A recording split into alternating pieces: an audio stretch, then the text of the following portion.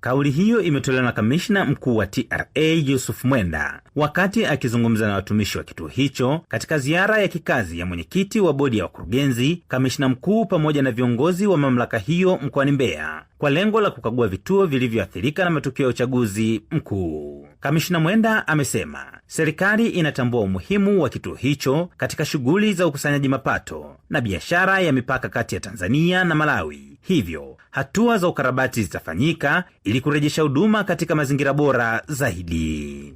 Kutatua changamoto zilizopo, jenga nyumba zilizopo, na kwa hapa special jengo hili ni jengo la dharura. Jengo lile lingine tumeshaanza mchakato wa kulirekebisha lirudi kama lilivyokuwa mwanzo ili muendelee na shughuli zenu.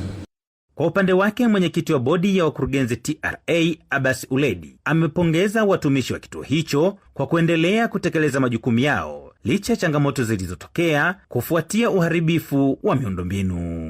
Jicho la taifa letu hapa mpakani, tunashindana na mipaka mingine katika kupitisha bidhaa na mizigo mbalimbali ya nchi ambazo tunapakana nazo.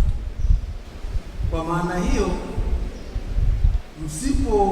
msipowawezesha wafanyabiashara hapa mpakani, wanaweza wakahamia Beira.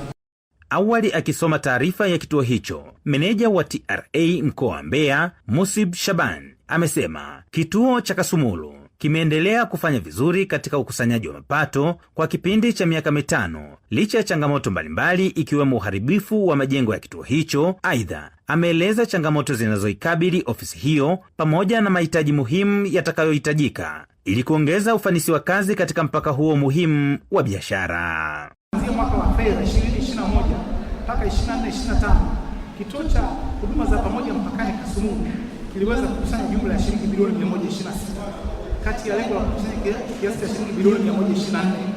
Lakini pia tuna ukosefu wa vifaa katika ukaguzi wa mizigo mikubwa na midogo, kwa maana ya midaki ya mizigo. Kwa Kiswahili kwa Kiingereza wanasema cargo scanner na passenger scanner and baggage scanner.